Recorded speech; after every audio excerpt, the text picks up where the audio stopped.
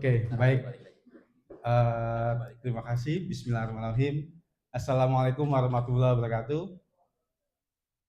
Halo, halo. Assalamualaikum warahmatullahi wabarakatuh. Selamat sore. Sore.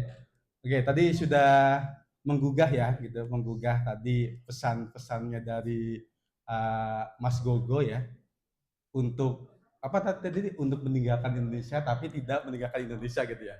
Nah, kalau kalau saya mungkin agak kebaliknya. Saya harus tinggal di Indonesia gitu. Oke, jadi mungkin sebelumnya perkenalkan, nama saya Wahyono. Saya alumni Toki OSN tahun 2005. Artinya sudah jauh sekali ya, udah 20 tahun. Ini nggak berasa sudah tua ya. 20 apa namanya 20 tahun lalu ya. Ini sudah 2026 dan saat itu memang 2005 itu OSN yang keempat kalau tidak salah. Karena OSN itu pertama 2022 2002, 2003, 2004 dan kemudian 2005 itu di Jakarta. Kebetulan saya mewakili Provinsi Jakarta di level OSN. Kemudian saya ikut pelatnas sampai pelatnas kedua, tetapi kemudian tidak lanjut, ya tidak bisa lanjut sampai IOI. Nah kemudian setelah itu ya saya sibuk kuliah dan kemudian bukan terjerumus ya. Akhirnya ada ketika saya lulus itu ada yang menawari untuk menjadi akademisi. Nah mungkin satu hal yang perlu saya sampaikan bahwa di alumni Toki itu jumlah alumni yang jadi dosen tuh nggak banyak teman-teman. Paling bisa dihitung jari ya. Saya, kemudian ada Kak Amar ya. Amar ini juga adalah alumni Toki yang jadi dosen gitu ya. Kemudian ada juga Aji ya, Mas Aji. Saat ini dia itu jadi dosen, jadi akademisi tetapi di UAE, ya Abu Dhabi kalau tidak salah. Kemudian ada juga di ITB alumni, artinya kalau kita lihat berapa sih jumlah alumni Toki? Kalian ingat nggak? Kita sudah ada sebanyak 24 kali OSN sejak 2002 sampai 2025. 24. Asumsi setiap medalis itu 30 orang. Berarti alumni dari Toki itu ada 720-an itu. Tapi ternyata sepertinya tidak sampai 1% yang jadi dosen gitu. Nah, pertanyaannya kenapa gitu? Kenapa pada nggak mau jadi dosen gitu? Padahal kalau kita lihat sejarah pendiriannya Toki dulu itu memang digawangi oleh para akademisi. Saya ingat ketika saya pertama kali ikut Toki OSN gitu ya, memang yang menggawangi itu adalah akademisi dari UI, kemudian ITB, UGM, kemudian ITS dan juga IPB ya, gitu ya. Jadi beliau-beliaulah yang pertama kali membentuk yang namanya tim Olimpiade Komputer Indonesia dari akademisi, gitu ya. Makanya kemudian zaman dulu itu dikenal dengan nama Toki Biro. Jadi mungkin yang kalian lulusan setelah COVID itu nggak tahu Toki Biro itu apa gitu. Jadi Toki Biro itu ada Toki Biro UI, kemudian Toki Biro UGM, Toki Biro ITB, kemudian Toki Biro ITS, kemudian Toki Biro IPB. Jadi ada 5 universitas. Nah fungsinya apa gitu? Fungsinya itu biasanya kalau sebelum COVID, zaman dulu pelatnas itu gantian, tidak hanya di Jakarta. Mungkin setelah COVID, sini ada yang angkatan OSN 2021 sampai 2025, ada nggak? Nah, kalian kalian pelatnasnya itu di Jakarta ya, gitu ya, di Jakarta saja ya, gitu. Nah, zaman dulu sebelum COVID, pelatnas itu bergantian di Toki Biro. Jadi ada Toki Biro IPB, berarti pelatnasnya di IPB gitu ya. Kemudian ada Toki Biro UGM, pelatnasnya di UGM. Nah, sepertinya tadi Mas Gogo ini termasuk yang pelatnasnya di UGM. Kalau tidak salah di pelatnas 3 atau apa gitu. Kemudian ada pelatnas di ITS, kemudian ada pelatnas di Bogor. Jadi dalam 1 tahun itu pelatnas itu pindah-pindah. Gitu. Nah itu adalah fungsi dari Toki Biro Universitas. Itu ya Toki Biro Universitas. Nah kenapa setelah COVID itu nggak ada lagi gitu ya? Kenapa setelah COVID itu tidak ada lagi? Semua pelatnas itu di Jakarta gitu ya. Kenapa? Karena sekarang para pembina kita itu sudah mulai mulai bukan mulai menua ya, mulai mulai senior gitu ya.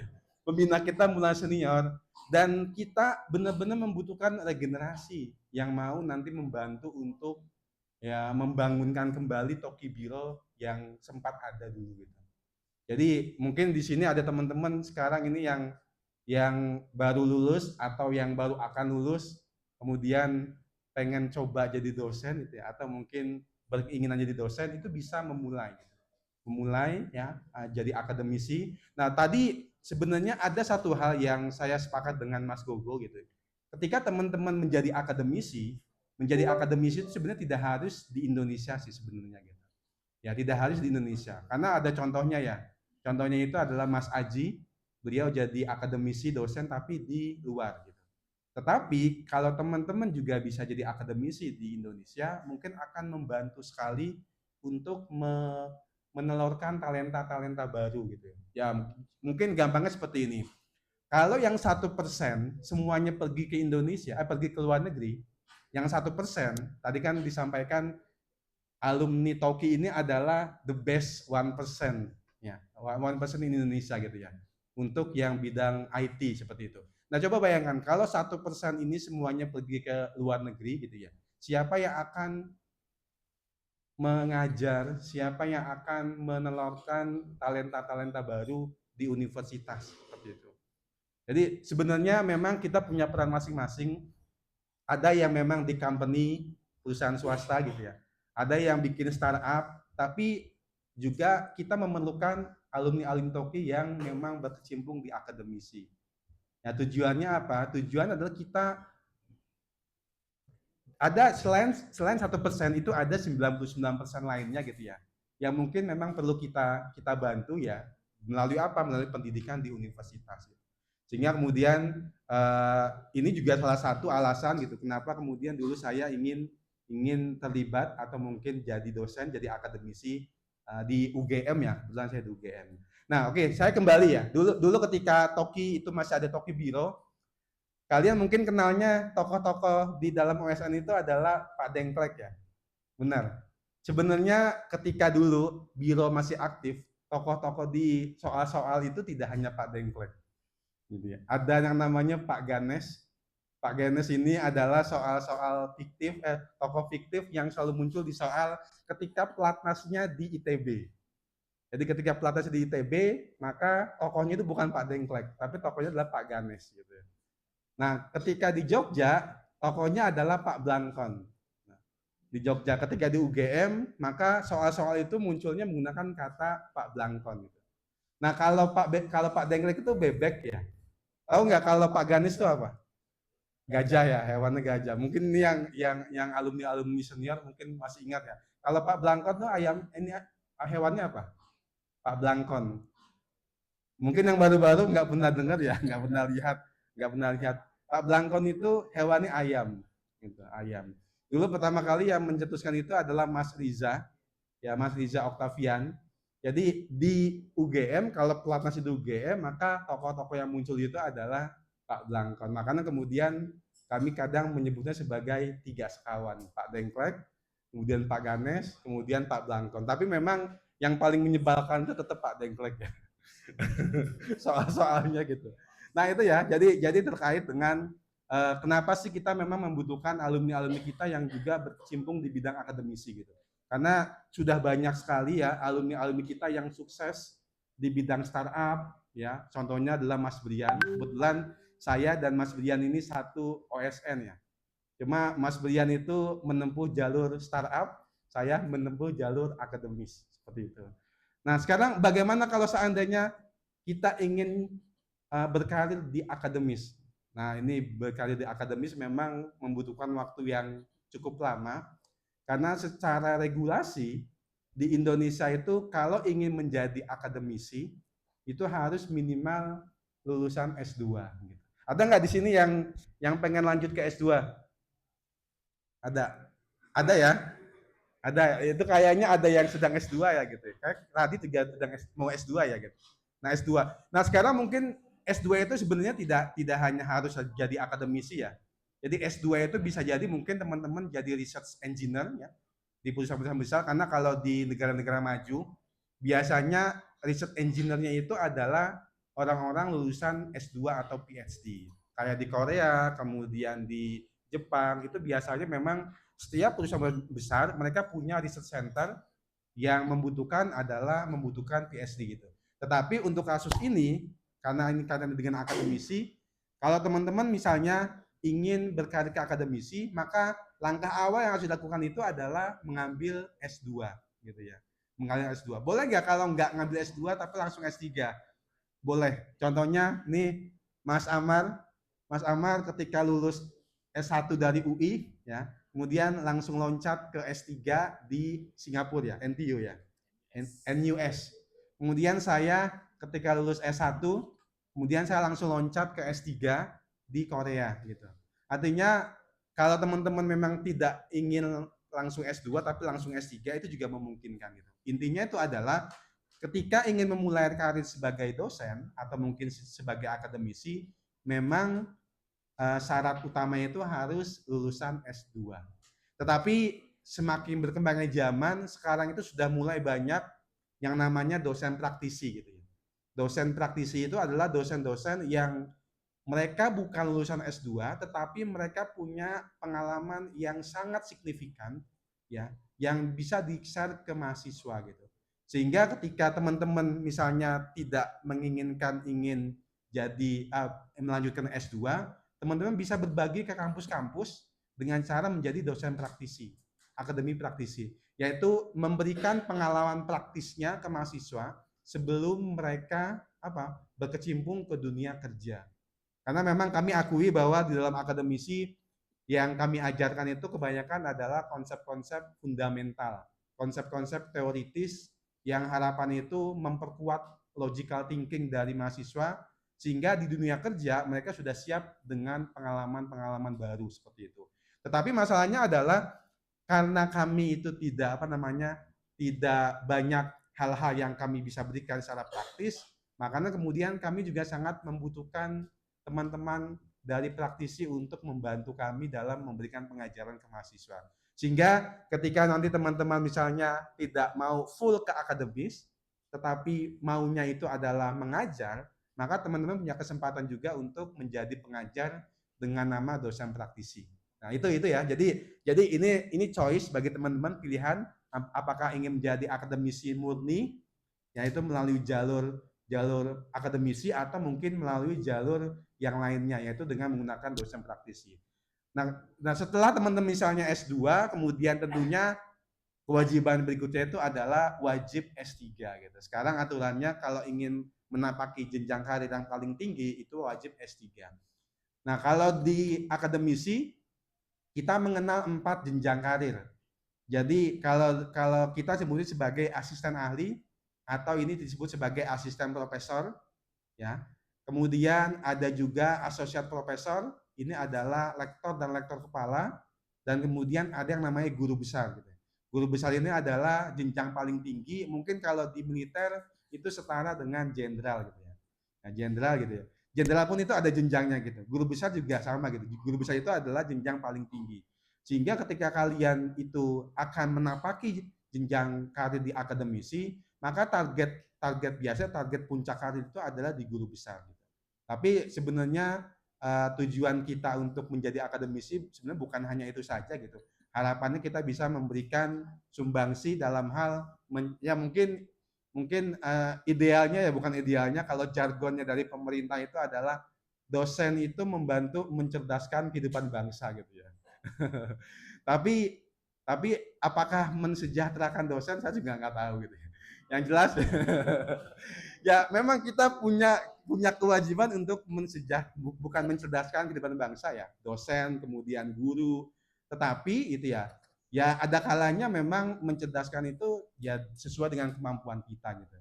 Nah, artinya kalau memang teman-teman misalnya saat ini ternyata lebih fokus di startup, cobalah ke kampus gitu ya. Bantu dosen, bantu akademisi untuk mengajari mahasiswa bagaimana mereka memulai startup.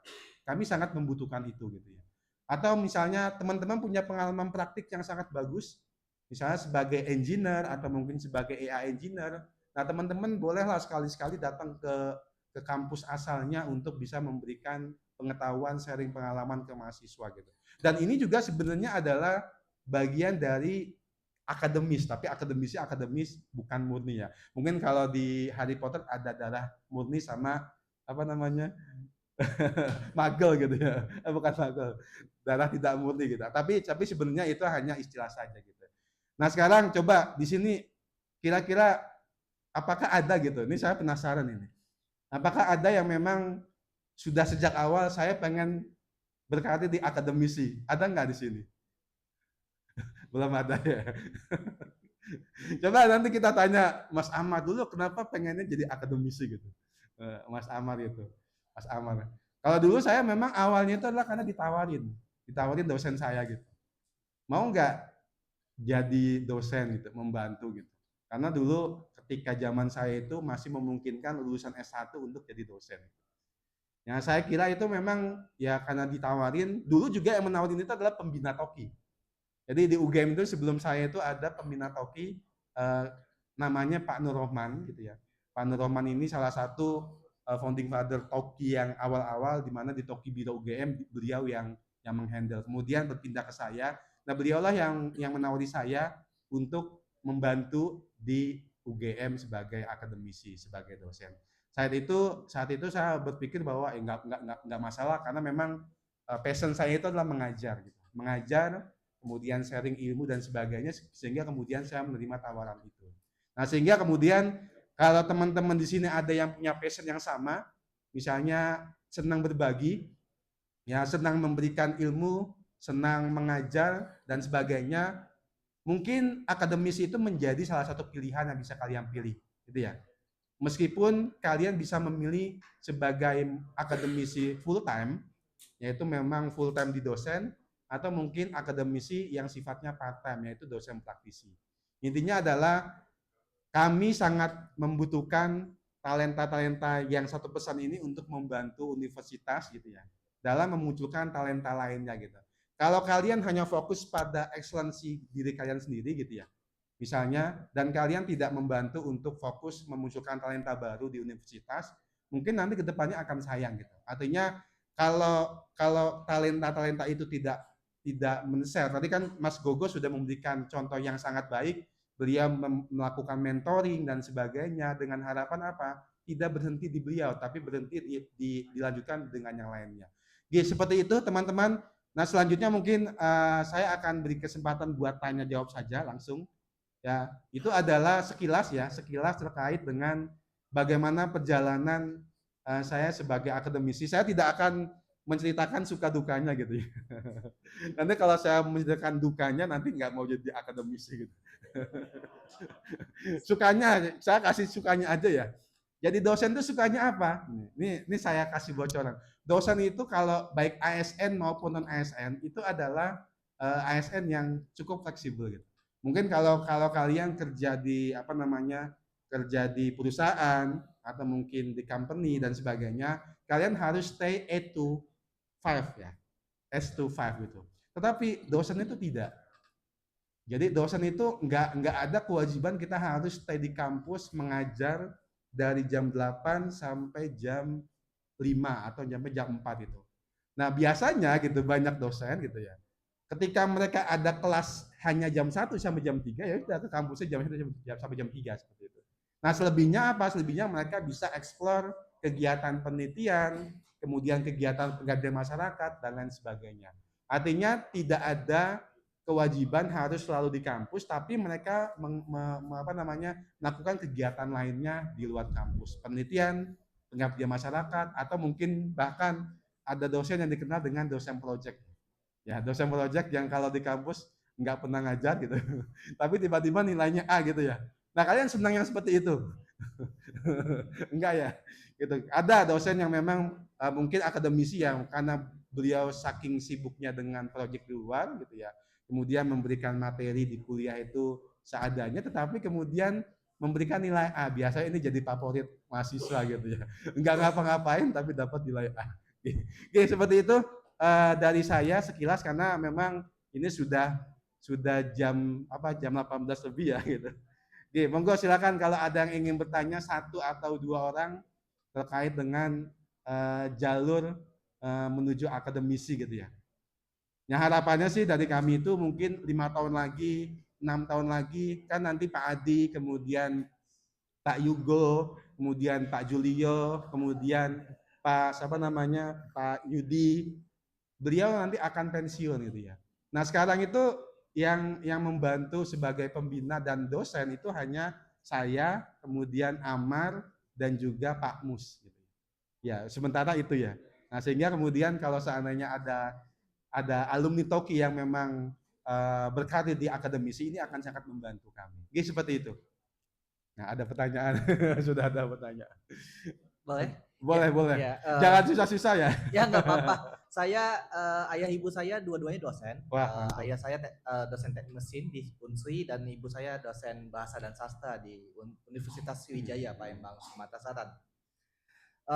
Jadi saya paham suka duka jadi keluarga dosen.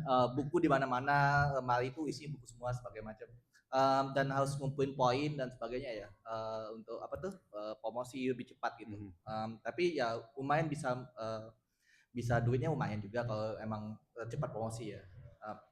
Tapi mungkin pertanyaan yang mungkin saya belum bisa nanya langsung ke ayah saya atau ibu saya adalah itu kayaknya ada kadang-kadang beberapa dosen saya lihat ada bisnis gitu, ada kayak sama mahasiswa gitu segala macam gitu. Tapi gimana gitu masalah moralnya, legalnya dan sebagainya gitu. Apakah itu kalau sudah agak lama dosennya udah mungkin sudah di 3 tahun, 5 tahun di kampus atau udah dari awal sudah berbisnis gitu. Kadang-kadang kan mungkin ada tawaran bikin startup atau bikin bengkel atau bikin apa segala macam. Cuma kalau saya tanya sama ibu saya enggak, mereka agak ambigu gitu jawabnya. Mungkin dari Bapak mungkin bisa jawab. Thank you. Oke, baik. Terima kasih. Oke. Jadi boleh nggak sih seorang akademisi itu buka startup, buka bisnis? Ya, jadi kalau di aturan yang lama memang itu tidak boleh gitu. Tetapi semenjak kayak 2 tahun terakhir ini itu justru malah disarankan dosen itu memiliki startup. Tujuannya apa? Tujuannya untuk bisa menghilirkan hasil penelitiannya. Jadi targetnya itu bukan startup yang memang tidak kaitannya dengan penelitian, tetapi kaitannya itu adalah dengan membuat startup yang membuat produk dari hasil penelitiannya. Gitu. Bahkan itu malah disarankan. Kemudian selain itu juga dosen juga didorong sekarang ya, akademisi itu untuk bisa terlibat dalam perusahaan sebagai tenaga ahli. Artinya aturan sekarang itu sudah mengizinkan. Kalau zaman dulu mungkin memang tidak boleh ya. Secara moral itu harusnya kalau dosen ya fokus aja di dosen. Tapi sekarang karena kita ingin mencoba melink and match-kan antara akademisi dengan industri, maka kemudian caranya itu adalah dosen, akademisi dengan industri berpartner mendirikan startup. Startup ini tujuannya adalah untuk bisa menghilirkan hasil penelitian atau produk penelitiannya. Jadi kalau teman-teman misalnya bagaimana kalau seandainya saya punya passion di mengajar tapi juga punya passion di teknikal, praktikal, maka itu memungkinkan gitu. Memungkinkan ketika teman-teman jadi dosen, jadi akademisi, sekaligus teman-teman membuka startup gitu. Ya, startup sehingga kemudian startup itu tujuannya apa? Tujuannya untuk bisa menghilirkan ya hilirisasi produk penelitian seperti itu. Jadi sekarang sudah tidak ada masalah gitu.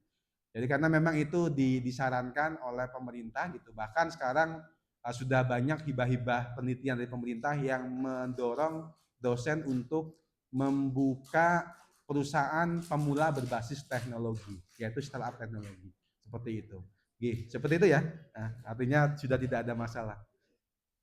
Oke, mungkin Aman mau menambahkan sebagai dosen sebagai akademisi gitu. Karena sebenarnya di sini juga ada selain Aman ada Sing Sing ya kalau nggak salah ya. Ya, ya. Beliau juga dosen ya, bukan? Di belakangnya. Oke. Oke, ada lagi? Ya nanti kalau misalnya ternyata teman-teman mau apa, mudah-mudahan ya tahun ini bisa pelatnas pindah-pindah gitu ya, UI, IPB, kemudian UGM, kemudian ITS gitu. Sehingga kemudian akan muncul lagi yang namanya Pak Ganes dan juga Pak Blankon gitu. Oke, silakan Mas. Oke, selamat sore Pak Wahyono. Iya. Jadi tadi aku dengar-dengar tentang yang apa dosen praktisi ya. Itu kayaknya salah satu yang lumayan aku baru tahu. sebenarnya kalau misalnya di BINUS sendiri sebenarnya udah ada ya, ada beberapa. Seingatku ada Pak Anton Wardaya, dia buka sekolah tapi sekaligus dengan mengajar dosen gitu kan. Tapi kayak yang aku baru denger itu eh, maksudnya kayak ada benar-benar ada jenjangnya untuk dosen praktisi. Mungkin bisa dijelasin lebih ya. Itu kayak eh, cara jadi dosen praktisi itu kayak gimana, biasanya jalurnya dari mana dan sebagaimana macamnya gitu. Oke, baik. Jadi terima kasih pertanyaan. Jadi dosen praktisi itu sebenarnya bukan karir ya, tapi itu merupakan bagian terintegrasi dari perkuliahan. Jadi saat ini pemerintah mendorong di universitas untuk melibatkan praktisi dalam pembelajaran. Jadi misalnya kalau total pertemuan itu adalah 14 pertemuan, bisa jadi 5 pertemuan atau mungkin 7 pertemuan, itu nanti diisi oleh praktisi yang tentunya nanti akan mendapatkan yang namanya kayak nomor induk gitu, nomor induk dosen tidak tetap gitu. Nah, sehingga kemudian ini nanti juga akan bisa gitu ya, bisa mengajar di kampus, tentunya tidak seperti dosen biasa yang harus harus setiap mata kuliah, tapi sesuai dengan kebutuhan. Nah, bagaimana cara menjadinya? Biasanya memang ada syarat pengalaman gitu ya, pengalaman berapa tahun sebagai praktisi gitu ya. Kemudian nanti akan ada permintaan dari dosen. Misalnya dosen ini mengajar tentang mata kuliah AI gitu ya. Kemudian saya perlu materi untuk mahasiswa tentang AI yang praktikal gitu. Maka kemudian saya melibatkan dosen praktisi. Nanti dosen ini akan diberikan SK oleh universitas. Jadi modelnya itu adalah memang kerjasama antara institusi universitas dengan perusahaan, ya kerjasama MOU. Nah kemudian nanti akan ada proses di mana universitas itu akan meminta siapa yang akan jadi dosen praktisinya. Nah itu jalur yang institusi itu institusi. Tapi bisa juga melalui itu personal to personal. Gitu. Jadi dosen mengajak praktisi untuk membantu di kelasnya. Tentunya targetnya berbeda ya. Kalau akademisi di kampus fokusnya adalah ke fundamental dan teori. Tapi kalau dosen praktisi fokusnya adalah ke teknisnya seperti itu. Jadi memang perlu ada kerjasama. Seharusnya memang ini juga sejak 5 tahun lalu itu sudah dibuka kayak semacam kesempatan bagi dosen praktisi untuk berkolaborasi dengan dosen universitas dalam pengajaran, khususnya di sekolah vokasi, ya vokasional. Jadi misalnya di Politeknik, D1, D2, D3, D4 biasanya mereka membutuhkan dosen praktisi.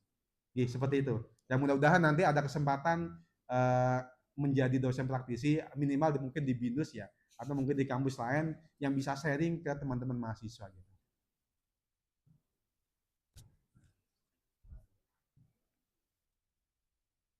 Ada lagi?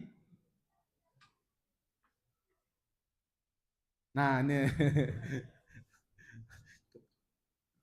Oke. Ini tadi tadi pembahasan sebelumnya dari Gogo itu keluar aja. keluar aja. Terus sekarang pembahasannya adalah di Indo aja ngajarin. Oke, akademisi. Nah, sama tadi juga Gogo juga ada mention tentang permasalahannya adalah di Indo itu banyak eksekutif startup teknologi yang import dari luar. Yang dimana alasan dari Gogo adalah ya kita memang belum mampu. Nah, pertanyaan saya, itu apakah memang ternyata dari sisi pembekalan di kampusnya memang ada gap yang sehingga belum mampu menyalurkan eksekutif teknologi dari Indonesia, atau seperti apa? Dan apakah memang solusinya adalah Toki ini memang harus mulai berperan di akademisi atau seperti apa? Mungkin biar dapat bayangan dari sisi Mas Wahyono. Terima kasih. Oke, baik. Terima kasih Mas Renhat. Pak ini memang kesannya saya dan Gogo itu bertolak belakang ya. Kalau Mas Gogo itu kabur aja dulu gitu. Kalau saya stay aja di sini gitu. Stay aja di. Oke. Nah, kami akui memang ada gap yang cukup jauh saat ini ya antara akademisi dengan industri ya. Jadi makanya kemudian tadi saya menyampaikan di akademis ya, biasanya fokus kami itu adalah membentuk mental fondasi. Jadi fondasinya dulu gitu. Jadi pengetahuan awal, teoritis dan sebagainya. Ya kalaupun nanti akan ada teknis atau mungkin kompetensi khusus, biasanya porsinya tidak besar gitu. Sehingga kemudian ketika universitas ingin ya menghasilkan top eksekutif yang tadi gitu, maka memang harus ada peran industri dan juga peran industri untuk terlibat gitu. Kalau selama ini kan yang terjadi industri bikin pelatihan sendiri, kemudian mereka merekrut sendiri, kemudian universitas juga bikin pendidikan sendiri. Artinya tidak ada link and match antara akademisi dengan industri. Apa yang dibutuhkan industri dengan apa yang dihasilkan akademisi di universitas itu kadang-kadang tidak cocok gitu.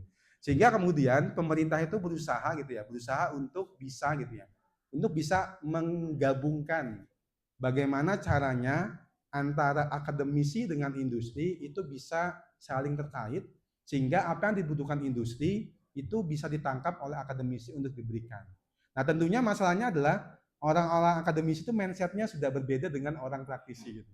Jadi mungkin kalau Mas Renhat bisa tanya, mindset saya dengan mindset Mas Brian itu beda.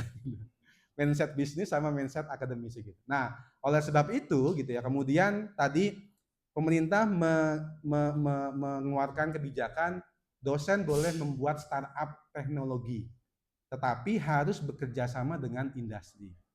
Gitu ya. Tujuannya apa? Tujuannya adalah supaya bisa menghilirkan produk penelitian dan mahasiswa berkesempatan untuk terlibat dalam kegiatan itu. Dan program yang kedua itu adalah mengundang praktisi industri itu untuk menjadi dosen praktisi. Jadi kalau selama ini kalian mungkin teman-teman sibuk di industri ya, mungkin teman-teman sudah saatnya membantu universitas untuk menjadi dosen praktisi. Share pengalaman kalian ke mahasiswa gitu. Karena bisa jadi mahasiswa yang ada di Indonesia itu bukan mahasiswa yang punya pengetahuan atau mungkin yang bukan yang 1% base gitu ya. Sehingga kalian Toki gitu ya, alumni Toki kita alumni Toki yang merupakan the best 1% in Indonesia gitu. Itu juga punya saya rasa mungkin punya kewajiban untuk membantu gitu ya. Membantu dengan cara apa? Dengan cara nggak harus jadi akademisi full, tetapi menjadi dosen praktisi gitu. Sehingga kemudian ini juga akan sangat bagus kalau seandainya gitu ya. Misalnya IA Toki itu punya list alumni Toki mana saja yang bersedia menjadi dosen praktisi. Sehingga kemudian kami para akademisi akan mengundang gitu. Kalau bisa IA Toki itu juga bisa menawarkan ke kampus-kampus ini loh alumni IA Toki yang jadi engineer di mana dan siap untuk sharing sebagai dosen praktisi gitu. Saya kira ini juga merupakan salah satu cara yang bisa kita lakukan untuk memperkecil gap antara akademisi dengan industri. Seperti itu Mas Renhat. Nah, mudah-mudahan teman-teman ini yang sudah punya pengalaman di industri gitu ya. Kalau punya bukan keinginan membantu, saya siap di UGM siap. Kalau teman-teman misalnya Pak, saya pengen Pak sharing ke mahasiswa tentang ini gitu ya. Dan saya punya pengalaman sekian tahun di sini. Kami akan siap gitu, siap untuk memberikan kesempatan teman-teman untuk memberikan sharing ke mahasiswa gitu. Nah, karena itu yang kami lakukan selama ini.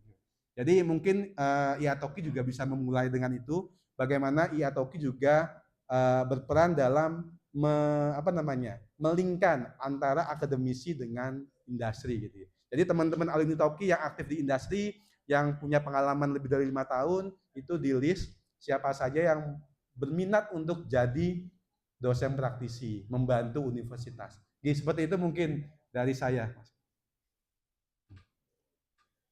Dan kemudian satu lagi sebenarnya saya usul kalau boleh ya. Tadi kan sebenarnya sudah ada ini ya, sudah kalau di Toki dulu ada yang namanya Toki Biro ya, Toki Biro UGM, Toki Biro ITB dan sebagainya gitu ya. Nah, bisa jadi nanti sudah saatnya IA Toki juga bikin IA Toki chapter Jogja, IA Toki chapter Singapura, IA Toki chapter Bandung dan sebagainya, sehingga kemudian kegiatan IA Toki itu tidak hanya berpusat di Jakarta saja. Jadi sewaktu-waktu IA Toki ngadain Toki gatheringnya ke Jogja gitu. Atau sekali-sekali ngadain Toki gatheringnya ke Bandung atau mungkin ke Bogor atau mungkin ke Surabaya gitu. Nah, itu artinya adalah kita bisa menggait karena kita punya potensi alumni sebanyak 720 alumni. Itu kalau kita hanya menghitung medalis ya, 30 dikali 24 itu sekitar 720-an. Nah, 720-an itu tersebar ke banyak daerah. Nanti ada chapter Hong Kong boleh gitu ya. Ada chapter Singapura boleh gitu. Tapi itu merupakan bagian dari chapter. Jadi seperti itu dari saya. Mudah-mudahan teman-teman nanti punya keinginan gitu ya untuk menjadi akademisi sehingga kemudian dapat membantu Toki di sisi lain gitu ya. Jadi ada sisi yang sifatnya adalah teknis gitu ya, tapi ada sisi juga yang sifatnya dari teman-teman pembina karena nanti kalau seandainya tidak ada teman-teman alumni Toki yang jadi akademisi bisa jadi 10 tahun lagi pembinanya itu nggak ada gitu ya. Nggak ada karena semuanya sudah pensiun seperti itu. Jadi saya kira mungkin itu yang bisa saya sampaikan teman-teman semua. Terima kasih banyak. Saya tutup. Selamat sore dan selamat istirahat. Oh, masih ada satu lagi. Ya, boleh tepuk tangan kepada Pak Wahyono. Terima kasih Pak Wahyono.